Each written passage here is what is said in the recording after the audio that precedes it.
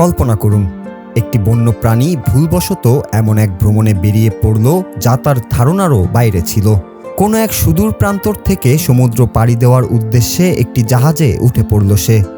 কোনো পাসপোর্ট নেই কোনো ভিসা, অথচ হাজার হাজার কিলোমিটার পথ পাড়ি দিয়ে সে পৌঁছে গেল নতুন এক মহাদেশে।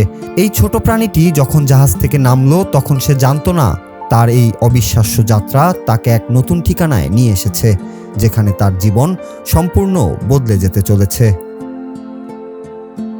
অদ্ভুত এই ঘটনাটি ঘটেছে ইংল্যান্ড থেকে আসা একটি কার্গো জাহাজে। একটি লাল শেয়াল বা রেড ফক্স অজান্তেই জাহাজের ভেতর লুকিয়েছিল এবং আটলান্টিক মহাসাগর পাড়ি দিয়ে সুদূর আমেরিকায় পৌঁছে গেছে। দীর্ঘ এই যাত্রাপথ এবং প্রতিকূল পরিবেশ পেরিয়ে শিয়ালটি সুস্থভাবে তীরে পৌঁছাতে সক্ষম হয়, যা প্রাণী বিশেষজ্ঞদেরও অবাক করেছে। এই ঘটনাটি সত্যিই এক বিস্ময়কর ও বিরল ঘটনার দৃষ্টান্ত। নিউ ইয়র্কে পৌঁছানোর পর শিয়ালটিকে উদ্ধার করে যথাযথ কর্তৃপক্ষের কাছে হস্তান্তর করা হয়।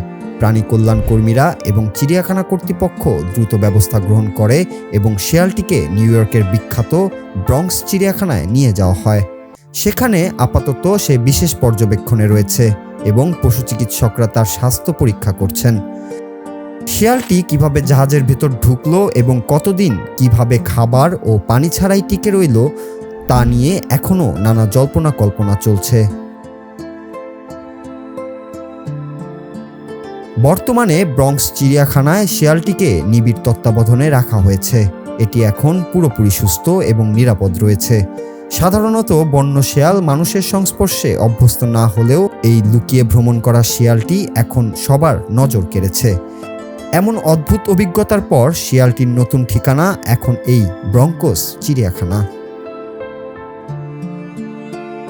নূর Raju, Bangla TV news desk.